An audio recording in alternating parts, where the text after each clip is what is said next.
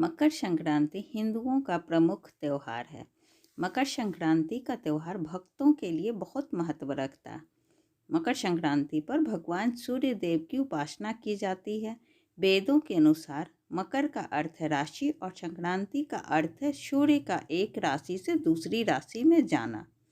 जब सूर्य देव मकर राशि में संचरण करते हैं तब मकर संक्रांति का पर्व मनाया जाता है। सूर्य के राशि परिवर्तन के कारण ही एक वर्ष में 12 संक्रांतियां आती हैं। मकर संक्रांति का त्यौहार गर्म और लंबे दिनों की शुरुआत का प्रतीक है। इस दिन से सर्दियां समाप्त होना शुरू हो जाती हैं। मकर संक्रांति से पहले सूर्य की दिशा दक्षिणी गोलार्ध में होती है, जिसके कारण भारत में सर्दियों की रातें लंबी और दिन छोटे होते हैं। जब सूर्य उत्तरी गोलार्ध की ओर अपनी यात्रा शुरू करते हैं तब दिन बड़े और रातें छोटी हो जाती। आइए जानते हैं सूर्य उपासना के पर्व मकर संक्रांति की कहानी।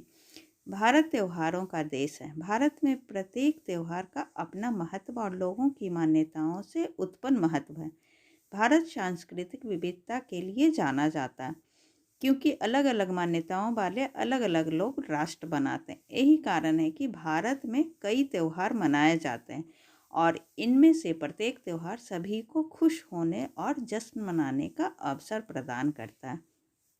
हर साल जनवरी के महीने में मनाए जाने वाले मकर संक्रांति को भारत में मनाए जाने वाला पहला प्रमुख हिंदू त्यौहार कहा जा सकता है। मकर संक्रांति, जिसे माघी के नाम से भी जाना जाता है, यह एक वार्षिक हिंदू त्यौहार है जो सूर्य देव को समर्पित है। यह फसल के मौसम की शुरुआत का प्रतीक है। यही कारण है कि मकर संक्रांति पर्व को फसल उत्सव कहा जाता है। फसल उत्सव मौसम में बदलाव लाता है, क्योंकि सूर्य दक्षिण या दक्षिणायन से उत्तरायण या उत्तरी गोलार्ध में जाता है। इस अवधि को उत्तरायण के रूप में जाना जाता है और इसे अविश्वसनीय रूप से शुभ माना जाता है। दक्षिणायन रात और सभी नकारात्मक चीज़ों का प्रतीक है, जबकि उत्तरायण को दिन और सकारात्मकता का प्रतीक माना जाता है। शरद ऋतु के शीत आंचल के कुहासे से अस्त व्यस्त हुए जनजीवन और निष्प्राण से दिखाई देने वाली सूर्य की निस्तेज किरणों में मंद गति से बढ़ते ताप से समूची धरती के प्राणियों को मकर संक्रांति की आहट से जहाँ राहत मिलती है, वहीं प्रकृति में बदलाव आने लगता है। प्रकृति में पूर्णतया परिवर्तन लाने वाला ऋतुराज बसंत भी दस्तक देने लगता है। ऐसे ही बदलाव में भारतीय संस्कृति में रचे बसे पुण्य कार्यों में यहाँ का जनजीवन सहभागी बनने के लिए सदैव आतुर रहता है।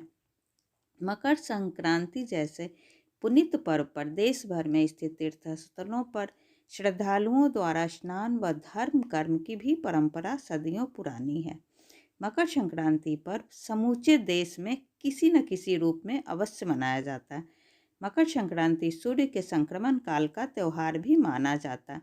इस दिन समूचे भारत में बहने वाली नदियों, तालाबों, सरोवरों तथा पानी के कुंडों में स्नान पर्व आयोजित होते देखे जाते हैं। संक्रांति के दिन किया गया स्नान धार्मिक दृष्टि से श्रद्धालुओं के लिए अति पुण्य कमाने वाला होता है। धर्म व संस्कृति की मजबूत डोर से बंधे यहाँ के श्रद्धालु ऐसे अवसरों पर खुलकर दान भी करते हैं। धार्मिक स्थलों व नदियों के किनारे उमड़ती जनमानस की भीड़ इस बात का प्रतीक है कि जन आस्था अभी कम नहीं हुई है। मकर संक्रांति के अवसर पर यूं तो लाखों लोग स्नान पर्व से पुण्य अर्जित करते हैं, लेकिन गंगा सागर में स्नान करना सर्वथा महत्वपूर्ण माना जाता है। उत्तर प्रदेश में इस दिन हजारों तीर्थ स्थलों पर सूर्योदय पूर्व से ही स्नान पर्व शुरू हो जाता है।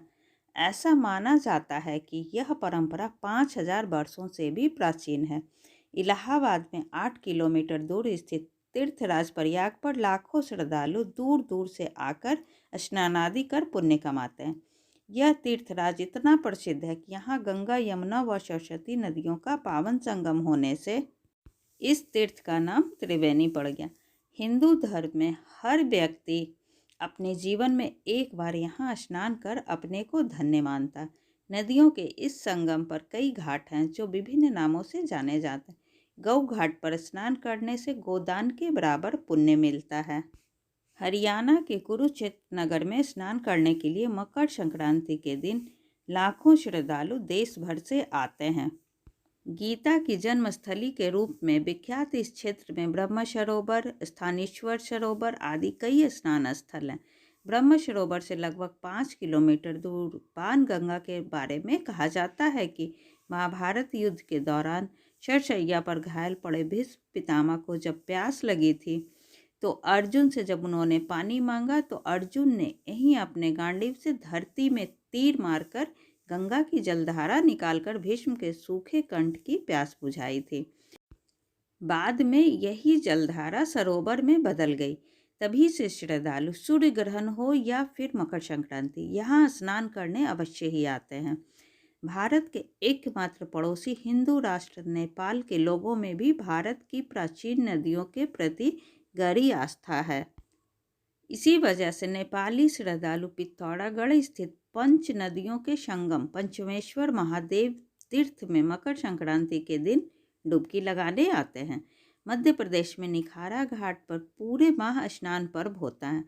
वहाँ विशाल मेला लगता है जो ओंकारेश्वर संक्रांति के नाम से विख्यात है। दक्षिण भारत में भी लाखों श्रद्धालु आंध्र प्रदेश, कर्नाटक, केरल तथा तमिलनाडु में यह पर्व पोंगल के नाम से मनाते हैं। वह कावेरी नदी के अलावा सागरों में भी स्नान करते हैं। राजस्थान में ब्रह्मा जी की यज्ञस्थली के रूप में विख्यात पुष्कर राज में भी श्रद्धालु स्नान हेतु संक्रांति के दिन दूर दराज क्षेत्रों से आते हैं। मकर संक्रांति के पावन पर्व पर पूजा अर्चना का तो विधान है ही।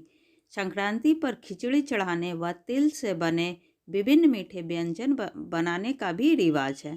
पर्व के दिन श्रद्धालु जल्दी उठकर तिल के उपटन से स्नान करने के पश्चात तांबे के बर्तन से सूर्य को मंत्रों के उच्चारण के साथ जल चढ़ाते हैं। इस दिन तिल दान भी किया जाता है व अलग अलग प्रदेशों में अलग अलग ढंग से इस पर्व को मनाया जाता है। कई जगह मिट्टी के कोरे बर्तनों को हल्दी से सजाया जाता है व इसमें रुई, गन्ना, अनाज तथा चांदी के सिक्के रखे जाते हैं। बंगाल में तिलोबा व उबले गन्ने का रस प्रसाद के रूप में बांटा जाता है। कुछ महिलाएं पुत्र प्राप्ति के लिए इस दिन व्रत भी रखती हैं। कहीं कहीं इस दिन काले वस्त्र धारण करने का भी रिवाज है। घर आंगन में स्त्रियां चावल के आटे से रंगोली भी बनाती है। मकर संक्रांति के दिन विशेष रूप से रंग बिरंगी पतंगें दिन भर आकाश में उड़ाई जाती है। इस दिन सर्वाधिक पतंगें गुजरात के अहमदाबाद शहर में उड़ाई जाती हैं। कुल मिलाकर यह पर्व विविध संस्कृति के अनूठे दर्शन करवाता है, जिससे लाखों श्रद्धालुओं को पुण्य फल की प्राप्ति होती है। ऐसी ही अच्छी और ज्ञानवर्धक कहानी सुनने के लिए प्लीज़ आप मेरे चैनल को सब्सक्राइब ज़रूर करें। तब तक के लिए बाय बाय।